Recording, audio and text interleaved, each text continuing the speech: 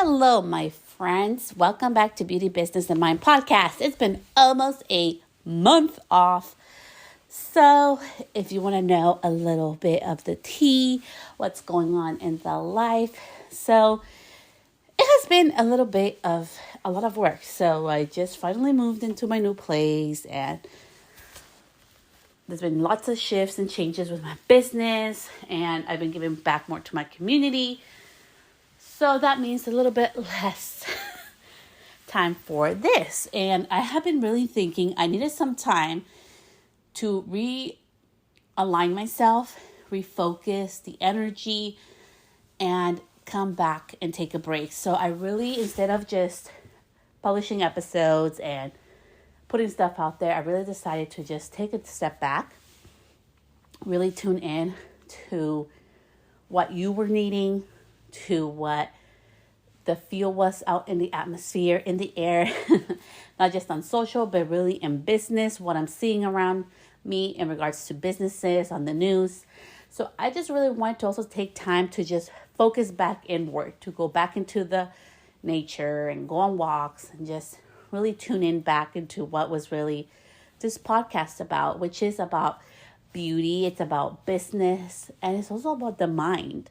The mindfulness in our life, in our business as individuals. So with that, let's get started on this week's episode. This comes from a DM. And I want to say thank you so much for your love and support. I love getting DMs from you, which you can always reach out to me at Celeste Stylist on Instagram. And this DM asked me about becoming an educator. So how did I become an educator? So I want to share really the five things that you can do to become an educator and 5 things to think about. So first, let's talk about the 5 things that you can do if you want to get started as an educator. Number 1, you need to be a leader. And with that, I don't mean be an expert of know-it-all. Being a leader is that you have to be known for something. Like, what is your thing that you really want to educate on? And I know sometimes when you become an educator, there's so many noise out there on Instagram and social and the world of what to do and what's trending, but be true to who you are, to what you're a leader in. So really to niche down, to really choose what are you really going to be talking about? What is it going to be that you're really passionate about that you will continue doing for years to come? So I started beauty school when I was 30. I'm about to become 38 in a couple of months. And honestly, less than 5 months, I'll be 38 years old. It's been almost 8 years. I've been really into the beauty industry, and that's insane to me. But what I continue to teach and talk about are things I'm truly passionate about, which is really marketing and growing a business and growing a brand in your small town and beyond that, using the resources that you do have, not having to learn new things, not having to do all the things, but really doing it in a mindful way that fits your lifestyle and your business life. So that is my thing. That's what I do. And I'm always sharing with you what I'm doing. I'm always not just saying things, but I'm actually going out there and practicing and being a practitioner of things and practicing things and failing and sharing all those lessons with you. So if you don't know what you really want to niche down on forever, really start with, what are people asking you for? It always starts like that. Hey, so how did you do that? Hey, can I ask you blank? You'll get lots of DMs. Look what the comment factor or topic is. For me, sometimes it's how I do my marketing, how I do my videos, whatever it is. There's so many things I get DMs on and questions on how I do things. So start writing it down. That's the first thing, is to really choose what your specialty is going to be. Number 2, don't complicate it. Use whatever you have for free. So in regards to promoting what tools you're going to need, let's talk about the iPhone. Use your iPhone or your cell phone that you have. I still use that to this day. I do not have a mic. I don't want to. As much as everybody tells me your quality is going to be better and all these things, it's just not really authentic to me. It's not to who I am. I like to keep things so simple and basic AF. So I'm going to keep it that way. So choose whatever medium is going to be best for you. I literally have a professional camera that I wasted over $500 on. I don't even use it. I used it 2 times. So Moral of the story is don't go waste money on things that are not really authentic to you or don't feel good to you. Like if you've always have wanted to learn how to use a camera and you're willing to experiment that for months or years to come and continuously be learning, of course, that would be an awesome recording tool, but choose the recording tool that you love, whether it's your laptop, your cell phone, whatever it is. If it's an actual camera, make sure that's something that you're really going to be utilizing and it's not going to be something that's going to be hindering you from recording. Number 3 is that start small. Start with what you have. Even if you start with a class of 2 people or just one-on-one, sessions, or just start with a little bit, and don't do it for free. Please don't do it for free.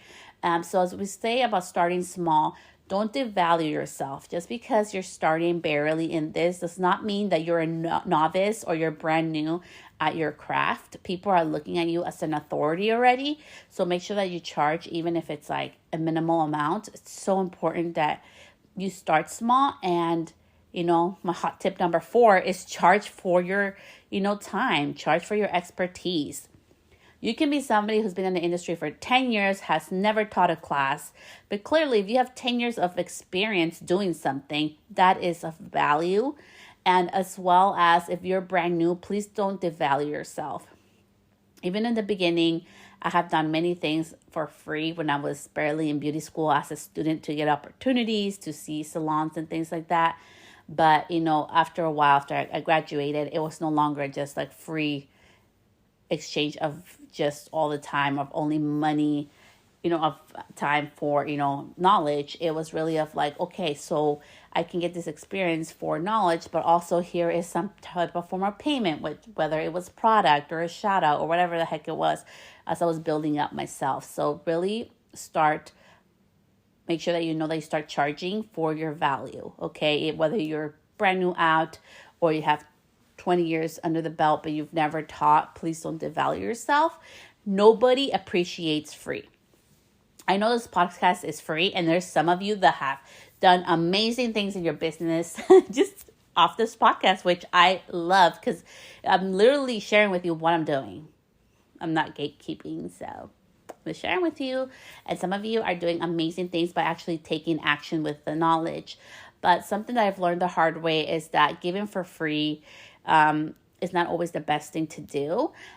People can take advantage of you. So I would just really take really big note to charge, even if it's a freaking $1, you guys. Everybody, just start charging right away. Lastly, tip number 5 in starting online, starting your education. Start with what you have, which is free social media. Whether you have a Google or you have a website or you just have social media, use what you have. So what I started to do is when I wanted to become into education, I started recording videos. My videos are freaking horrible. I'm actually doing a reel probably at the end of this week. I'm going to be doing a reel about my first videos. They are so horrible. It was not aesthetically pleasing. It was not video pleasing. I've got videos that got viral. I've been published for videos that went viral.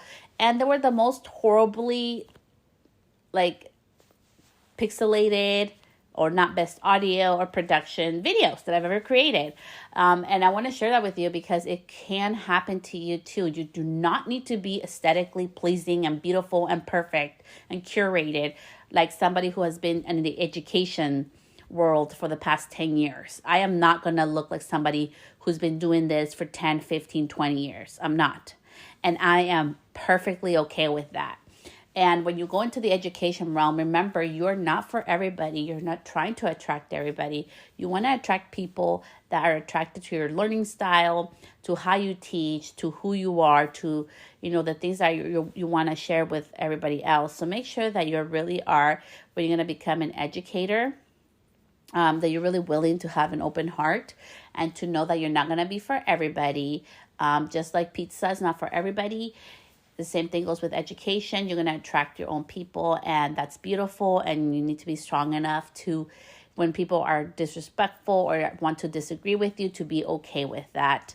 And let's talk about going from that. That's how I really started, was small. Like if you wanted to start an educator today, those are literally things I would do. I would use my iPhone I would pick in a specific topic that I want to teach, or just look at my DMs and see what people are asking. I would go ahead and I would start small with the people that want to start, whether it's one-on-one or a class of 2 people. I would charge because nobody appreciates free. And, I would just go ahead and, use the free platforms, use social media, use whatever you have to be able to start teaching and start helping others, and be very mindful and have that strong mind that you will not be for everybody. People will disagree with you, but you will attract the right people that are meant to work with you. So some 5 things to be really to think about when you go into the education world is that I feel like, first of all, is you have to have tough skin, okay? Not everybody's going to agree with you, and that's okay. I don't know it all, so you have to be okay that people are going to disagree with you. And part of the disagreement is also being humble enough to know that we don't know it all. Nobody in this world, I don't care who it is, nobody has all the answers and understands everything 100%, okay? That's part of the human experience. As humans, we are continually learning.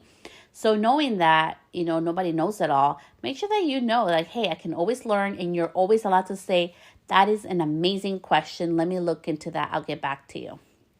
One of the best freaking things somebody told me, I forget who the heck told me that, but I use it to this day. I'm not a know-it-all. I do not need to make up answers. If I don't know something, I can go do my own research and get back to them with an answer. Other things to be mindful, number 2, when you're going into the education realm, is that be very mindful with giving all of it away. And this is what I mean by that. If you call me today and you're like, Celeste, I want you to design my website. So can you do that, right? For me, for free? No, I cannot do that for free for you. So that's what I mean by don't give it all away for free. I cannot just go give classes away for free. I do a lot of things for my community. Today I'm doing something. If you follow me on Instagram at Celeste the Stylist, I'll show you behind the scenes where I'm going and what I'm doing. And it's for a community event that I'm doing, that I'm part of a committee, and I'm just trying to help out a little bit in what I can, giving some hours away of my time. I'm very mindful how I give my time away. If I give my time away to somebody, it has to be in alignment with my business values, and it has to benefit more than just one person or one business, right? For me, this is a community event, so it's going to help support my community where I live at and many families. So that's important to me, and that's aligned with me. So the part number 2 is where don't give it all away. That's what I mean. Be very mindful what you say yes to. Be very mindful what you give away for free. Number 3, in regards to education, it would be the ego. So I want to talk about the ego. And I know this may be a really weird thing, because we're like, what? We're going to talk about being ego or egotistical and all that stuff. The ego loves to be fed. As humans, and even me, I have my own ego problems. I have to really put myself on check. So when you start going into the education realm, like I told you in the beginning, I traded my time and work in exchange for knowledge or in exchange for opportunities, okay? Because it was awesome. But then it had to get to a point where I was like, okay, that's awesome, but is it egotistical to ask for money in exchange of my knowledge and time? Or is that my ego talking? And no, it's a common sense thing. I was more in demand. I had a job working behind the chair. So yes, I needed to charge for my time. So don't allow the ego to rule over you. And I mean by that, don't take opportunities just because of the money that are not in alignment with you. And don't do things, don't stop yourself from doing things just because there's no money or value or your value that your ego sees in it. And this is the example I want to give you. There is a huge international brand, huge, okay? When I mean huge, it's all over. I've seen it at Walmart, Target, Costco, everywhere, CBS, everywhere. It's a huge hair care brand. They wanted me as an ambassador. They reached out to me and I turned them down. And for some of you listening to this, they'll be like, that is so stupid, Celeste. Why did you do that? That's what my ego said. But my heart and my values said they were not in alignment with me. They had just gotten sued for there was this whole lawsuit thing going on for some of the products, and they were not being, truthful about what they were using. And that was not in alignment for me. If I'm going to recommend a product, if I'm going to represent a brand, I don't care how huge it is, it has to be someone that's ethical, that's going to look out for the best interest of the consumer. Because we're all humans. Your product should not be damaging our health or our scalp. And so with that, I'm just giving you, I will never say who it is, what company it was, but I'm sharing that because that took a big hit on my ego. My ego wanted to do it so bad, because how amazing would it be to represent this one company that's all over the world and everybody knows the name. But it just wasn't in alignment with my heart and my values, and I said no. And that was a really hard decision. And then there's other things that I do that don't feed my ego. I don't get acknowledgement for it. I do it for free. It's a lot of work. It can be a little stressful, but it brings so much joy to me, and it helps out my community, and it brings out value in myself and what my business stands for. And I don't really post about it. So that's not really making my ego happy either, but it makes my heart happy that I'm able to be of service. And because I have a business where customers are able to pay for services and my expertise, I'm able to take time off to do other things to help my community as a whole, not just myself, and not represent just my business. So with that, that's what I mean with the ego. Be very mindful when you go into education about the ego. Number 3 is don't compare yourself. Comparison is the freaking thief of joy and happiness, okay? I will never be the same amount of level of many things because other people have more years of experience than me.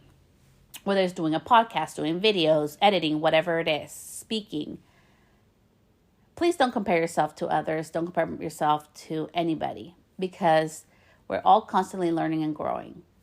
If I would have decided in 2016 that I was old and that I should not share what I knew about products and things, if I had decided that my video was not beautiful enough, which I knew it wasn't, and the quality wasn't as pretty as everybody, and stopped myself, there has been so many opportunities that I would have missed out on, and I would not be here today talking to you if I decided that I wasn't good enough like everybody else.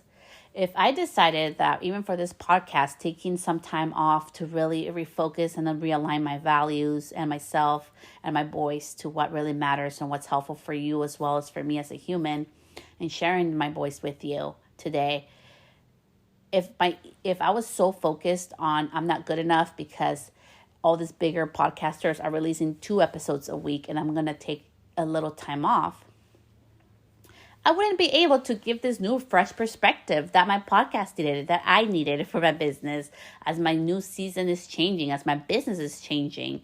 I will do in January an episode on what I did different this year and the results from that, because I've been keeping track of that. But this is what I mean. Like, don't compare yourself to others. I cannot compare myself to, oh my gosh, this year I only grew 1,000 more followers. Or, oh my gosh, this year I only grew, 100 more followers. I can't compare myself to any of that stuff, Like, my goal was to reach another 1,000 followers this year. I really didn't do it, and I'm not judging myself for it. It's okay. I focused my energy in other things. So don't compare yourself to others. Comparison is a huge thief of joy, and followers does not mean income. Number 4, please don't think that you cannot become an educator, whether it's for a brand, for yourself, without the amount of followers, because I started to work with a brand with under 1,000 followers. I was under a year of experience as a cosmetologist when I started working with a big brand. And within, I think, a year and a half, I became an international branded educator for them. And then I left because it was during the pandemic and I was no longer in alignment with what they were doing. I didn't like some of the things, so I left. If it's not in alignment with me, I will leave, even if my ego doesn't like it. So, moral of the story is, don't think that you can't work for a big brand because you have slower following, and don't think that you can't charge, okay? I got paid so well by that brand to travel, for my airplane ticket, for my stay, for my food, for being there.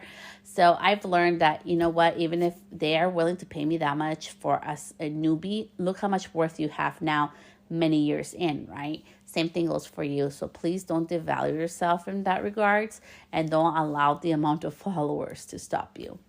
And lastly, number 5, to becoming an educator, please cross your dots and your T's. And what I mean by that is check everything. No one should have perpetual access to your content. So I may be pissing off some educators out there right now, but I really don't care because this just happened to me recently. And it's been happening more often, and I think it's fucking bullshit. So I'm going to talk about it. I'm sorry I'm swearing, but it's just really upsetting to me, especially when it's other from smaller educators. And it's coming from bigger brands too. It's not just the small educators. Please read your fine print. Nobody should have forever access to sell your content that you're giving away for free or education, to use it as their own, to use as part of a package or program, or have access forever for a certain amount of price or for free. So right now there's a lot of things where, like, for example, okay, this brand comes to you, I'll pay you X amount of dollars, but I get access to your content for the rest of forever. You know, like they can use it forever. So let's say, for example, in 5 or 10 or 20 years, you become this huge person and celebrity or whatever, and your rates are different. They could literally use that for free. They can go promote that product for free, even if it's no longer in alignment with you, because you gave them that authority when you signed that contract. So be very mindful, read things. And if you can't read things, hire a lawyer, hire somebody. I come from a background of insurance, so I've learned to read every single line. I don't just sign shit away because I want to. So be very mindful with that, with contracts, whether you're working with a small educator or a big brand, please read the contracts. And especially right now with, you know, like summits are really big right now, right? Where like a whole bunch of people and educators get together and share their knowledge. And sometimes when they do events like that, you have to give up, you know, like the right to the information, or you can't reshare that information somewhere else, or exactly the same somewhere else. So you just have to be very mindful. Please read things. And with that, I just want to leave like this last piece of advice too, with email list and building your email list, or whether it's text list, whatever. If people don't actually opt in to your thing, I don't care if it's a summit and they gave the access to that one person running the summit. If that person did not actually go like, okay, I want to get Celeste access to my email because I want that piece of paper or that PDF or whatever from Celeste. If they don't opt into your actual form that's for your stuff, that is illegal and you can get in a shit ton of trouble, okay? And I don't think it's ethical. I don't think it's fair for people. I know that people probably would assume if you're signing up for an online audio or video summit of a whole bunch of educators, they're all going to get your email. But legally, you cannot do that. So check in with your lawyer. I am not a lawyer. I'm not giving legal advice. I'm just letting you know, because what I found out from my attorney is that that's illegal, okay? There are laws for emailing.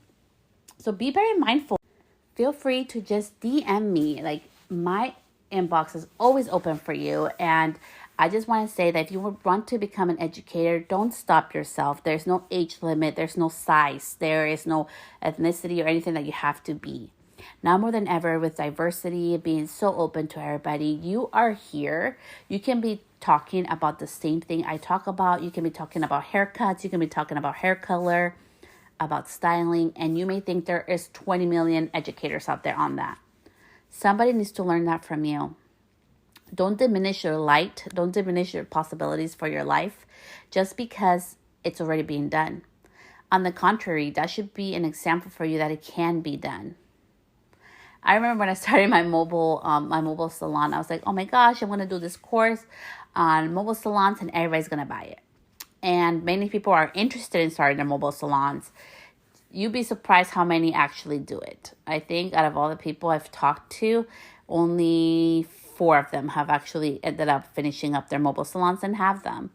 So with that, I just wanted to really share with you that becoming an educator is really about service. It's really about helping others Through this podcast, I give so much free information and tools to help you because I wish somebody would have helped me. I also know that you are a wealth of knowledge. I am a wealth of knowledge, and just like a river that overflows and there's never enough water because there's so much to go around for so many animals, for the trees to go around into the ocean and everything go in a circular motion of life. The same thing is with education. You can never stop educating when you have so much to give, when you have so much to learn. And that's why I love being behind the chair.